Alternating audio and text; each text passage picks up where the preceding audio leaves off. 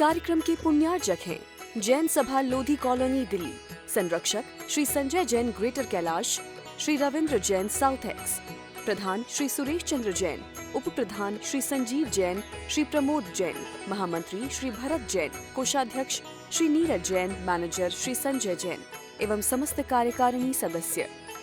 अरिहंताड़म इळमो सिद्धाड़म इळमो आयरियाड़म इळमो वेजायाड़म इळमो लोये सभ्य साहुड़म।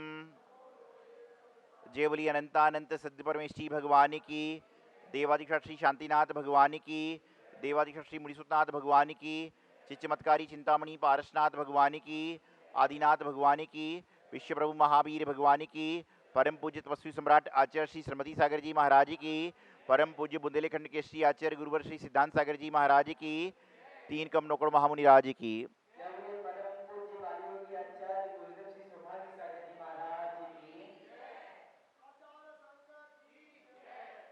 महानुभाव, आज के समय का सबसे बड़ा ज्वलंत प्रश्न है कि रोज मंदिर जाने से क्या मिलता है। आज घर में हो, परिवार में हो, समाज में हो, रिश्तेदार में हो, महफिल में हो, हर व्यक्ति एक ही प्रश्न अपने परिवारजन से, एक ही प्रश्न अपने मित्रों से, एक ही प्रश्न उन लोगों से करता है कि रोज मंदिर क्यों जाना चाहिए, रोज मंदिर जाने से क्या फायदा है। तो पहले तो आपको बता दूं कि जहां पर फायदा या नुकसान होता है वह मंदिर नहीं होता, वह व्यापार होता है। और यह व्यापार से हटकर, संकटों से हटकर, समस्याओं से हटकर जो व्यवस्था बनती है उसका नाम है मंदिर। मंदिर। और जब आप मंदिर लिखते हैं तो माँ के ऊपर बिंदी लगती है, वह ना का प्रतीक होता है। थोड़ा सा विभाजन कर दें तो होता है मन दर। मन मतलब हमारा मन, जहाँ से हमारे आचार होते हैं, जहाँ से हमारे विचार उत्पन्न होते हैं। और दर कहते हैं कीमत को, रेट को, कि जहाँ पर आने के बाद मन की दर स्थिर हो जाती है, जहाँ पर आने के बाद मन एकदम स्थिर हो जाता है, उसको कहते हैं मंदिर।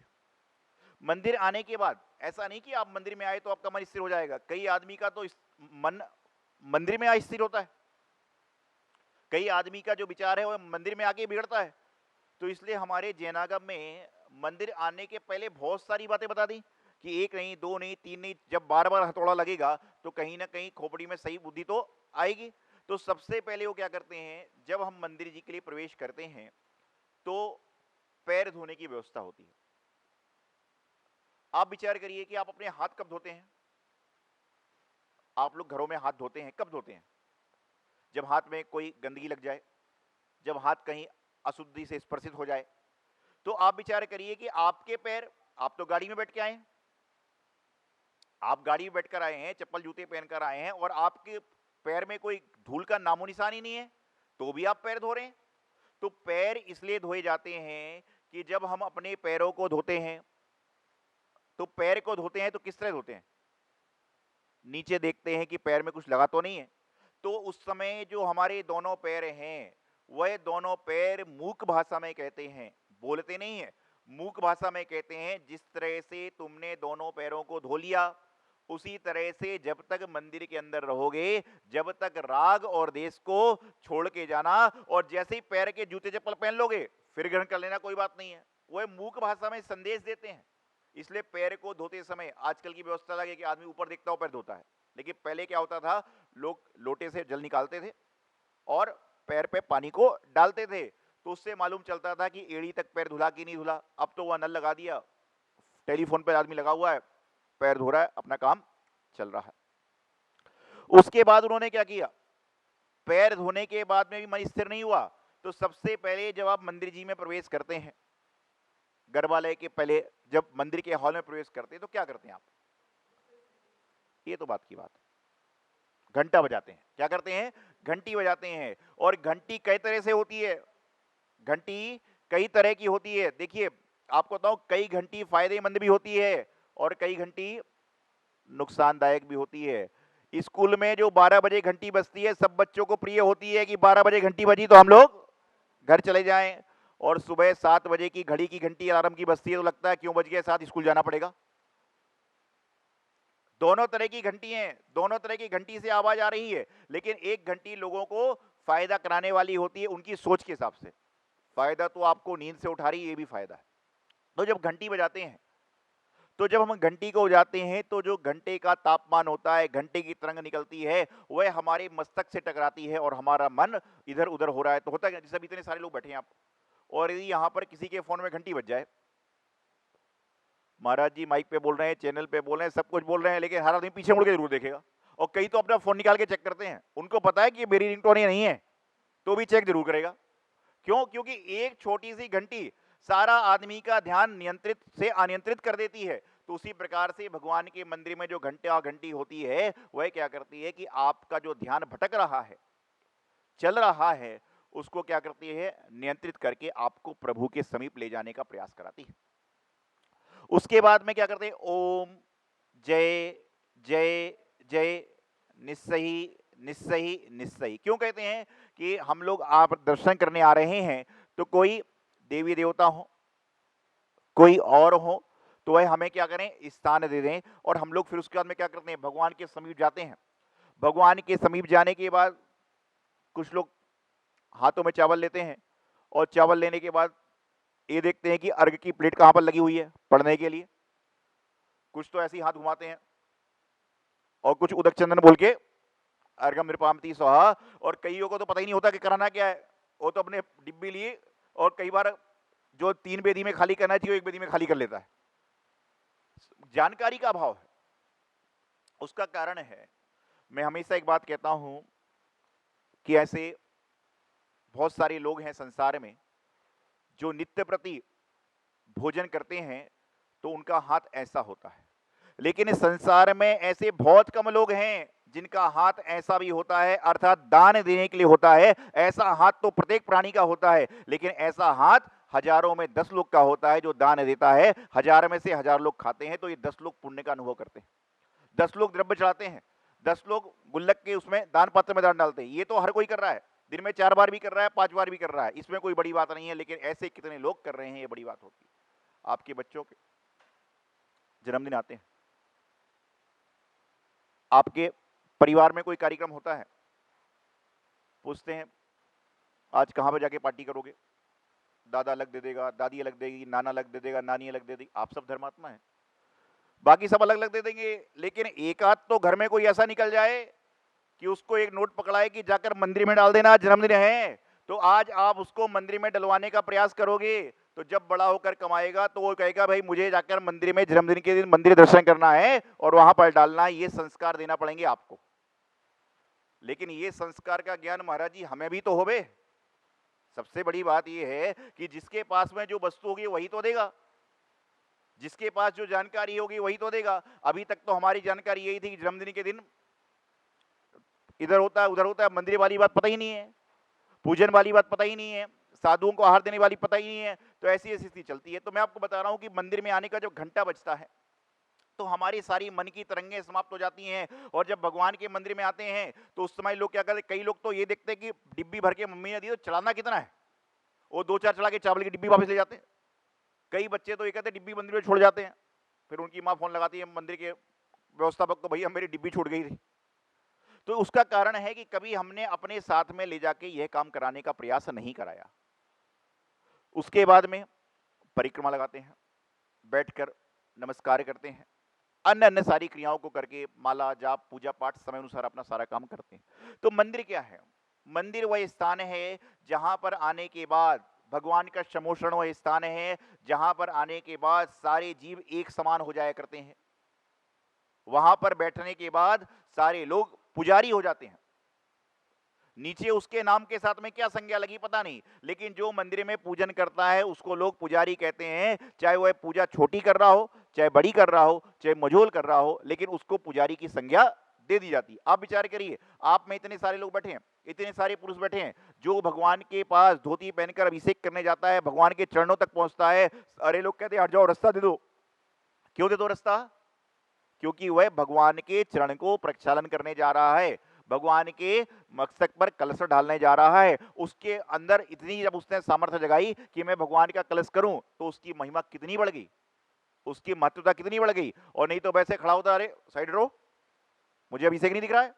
लेकिन जब वह धोती दुपट्टे पहनता है, जब महिलाएं धोती दुपट्टे साड़ी आदि बदल के आहार आदि के लिए जाती हैं, अभिषेक पूजा की जाती है, तो उस समय क्या होता है, उस समय लोग 50 लोग एक तरफ होते हैं और 5 लोग को एक तरफ करते हैं कि भाई ये शुद्ध वस्त्रों में महाराज जी को आहार देने जा रहे हैं। तो कारण क्या हुआ कि उन्होंने अपने अंदर के पुरुषार्थ को जगाया। ऐसा नहीं कि जो इतने सारे लोग बैठे पूजा पाठ नहीं कर सकते, आहार नहीं सकते, अभिषेक नहीं कर, सभी कर सकते हैं, लेकिन कुछ अपना पुरुषार्थ नहीं जगाते और कुछ का पुण्य नहीं जग पाता। तो जीवन में मंदिर क्यों जाना चाहिए, मंदिर जाने से क्या मिलेगा, मंदिर जाने से क्या होगा, ये बड़ा ज्वलंत प्रश्न है। आज मेरे पास बच्चा आता है तो भी ये प्रश्न पूछता है, थोड़ा जमाना आएगा तो भी ये प्रश्न पूछेगा, और कोई बुजुर्ग आएगा तो भी यही प्रश्न पूछेगा कि बोले मंदिर जाके मिलता क्या है। अब उसको क्या बताऊं मिलता क्या है, कोई दुकान तो है नहीं कि वहां पर पैसा दोगे तो ब्रेड मिल जाएगी, चॉकलेट मिल जाएगी, बिस्किट मिल जाएगा। मैं उनको यही बताता हूं कि मंदिर आके जो आपको मिलने वाला है वह आपकी कल्पना से भी बाहर है। दुनिया में जो कहीं नहीं मिलता वह मंदिर में देव शास्त्र गुरु के चरणों में मिलता है। और वह क्या है, दुनिया में जो कहीं नहीं मिलता, चाहे आप कितने बड़े हॉस्पिटल में चले जाओ, कितने बड़े महफिल में चले जाओ, कितने बड़े शादी ब्याह पार्टी में चले जाओ, लेकिन दुनिया में कहीं पर भी आपको शांति का अनुभव नहीं होगा। और यदि शांति का अनुभव होता है तो वह मंदिर में होता है, यही मंदिर में आकर लोगों को मिलता है। आप लोगों को जवाब यही दीजिए, जब आपसे लोग दोबारा पूछें कि मंदिर में क्या मिलता है, तो आप उनको यही जवाब दीजिए कि मंदिर में जाकर जो मिलता है वो दुनिया में कहीं नहीं मिलता है। क्योंकि मंदिर में जाकर क्या होता है कि शांति का अनुभव होता है, आनंद का अनुभव होता है। लेकिन ये बात बता दूं आपको, कब, जब आपके मन में कोई संकल्प विकल्प नहीं होगा। तो ऐसा नहीं कि आपने कह दिया महाराज जी आप कह रहे शांति का अनुभव होता है, लेकिन मुझे तो होती ही नहीं, मेरी तो क्रांति बढ़ जाती है। अरे क्रांति आपके कर्मों से बढ़ती है। एक बार ऐसे ही हुआ, दो चींटी थी, बड़ा आपस में प्रेम था, सहेलियां थी, और एक चींटी नमक के गोदाम में रहती और एक चींटी शक्कर के गोदाम में रहती। तो नमक वाले को नमक का स्वाद आता और शक्कर वाले को शक्कर का स्वाद आता। 8-10 दिन मिला करते। तो नमक वाली बोली पता नहीं कितने साल हो गए, एक काल्पनिक बात है, उम्र चींटी की तो काफी ज्यादा होती नहीं है, बोले पता नहीं कितने साल, कितने दिन, कितने महीनों हो गए, शक्कर का स्वाद ही नहीं चखा। बोले कोई बात नहीं, तुम मेरे साथ चलना, मैं तुम्हें अपने गोदाम में ले जाऊंगी और शक्कर का स्वाद चखा दूंगी। चींटी की चोंच थोड़ी सी होती है, लेकिन ये बात काल्पनिक है, समझाने के लिए है। तो वहां पर चींटी अपने साथ में नमक वाली मित्र को ले गई और वहां पर उससे शक्कर खाया, सब कुछ अच्छी तरह खाया, और उसके बाद पूछा कि कैसा स्वाद आया। बोले कुछ भी नहीं आया, कुछ भी नहीं आया। बड़ा उसको आश्चर्य हुआ कि पूरा नमक मतलब शक्कर के ढेर में खड़ी है, सब कुछ खड़ी, तो भी स्वाद नहीं आया। मंदिर के अंदर बैठे सब कुछ, तो भी मंदिर का आनंद नहीं आ रहा है। बोले ऐसा हो ही नहीं सकता। बोले बिल्कुल मैं सच बोल रही हूँ। तो चींटी थोड़ी समझदार थी, उसने कहा मुंह खोलो।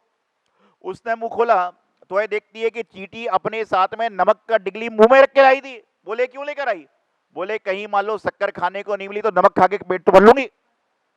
तो मंदिर में आने के बाद पहले ही से मन में अशांति लेकर चल रहे हो, यहां पर बैठे बैठे भी क्या है, कब महाराज जी प्रवचन बंद करे और मैं कब घर को चलूं। आप सब नहीं है, आप सब सोच क्या होता है, सारी की सारी व्यवस्था कब यहाँ पर अभिषेक हो जाए, कब पुजारी वाले अभिषेक कर दें, कर समिति वाले कार्यक्रम जल्दी करें तो मैं चलूं। अरे भाई ऐसा क्यों हो, चाहे रेड लाइट में आधे घंटे खड़े रहो, ड्राइवर के इंतजार में बाहर खड़े रहो, सड़क पे ड्राइवर चाय पीने के यहाँ खड़े रहोगे, ना अंदर आ सकते ना बाहर जा सकते। इसलिए पूरी तैयारी करके जाओ कि गाड़ी खुली हुई और बैठे और चल पड़े। तो जीवन में मंदिर में आने के बाद किसको क्या मिलेगा पता नहीं, लेकिन अपने मन को स्वस्थ करने का तरीका, अपने भाव को निर्मल बनाने का तरीका, अपने परिणाम को संतोषजनक बनाने का तरीका यदि कहीं पर है तो हमारे जिन मंदिर में है। और जिन मंदिर में आकर क्या मिलेगा क्या नहीं मिलेगा इसकी कोई व्याख्या नहीं है, क्योंकि ये व्यापार नहीं है। मंदिर व्यापार से हटकर बुद्धि को सही बनाने के लिए, बुद्धि को विकास करने के लिए और बुद्धि का सदुपयोग करने के लिए होता है। और हमारा जिन मंदिर ही ऐसा जिन मंदिर है जहाँ पर भगवान की पूजा हो, चाहे कुछ भी हो, तो यहाँ पर अर्पण करने की बात की जाती है। मैं हमेशा एक बात गर्व से कहता हूँ, कितने सालों से मैं विचरण कर रहा हूँ, अपने लगभग 40 साल के जीवन में मैंने रास्तों पर चलते कई भिखारी देखे जो तरह तरह के भगवानों के नाम से मांगते हैं।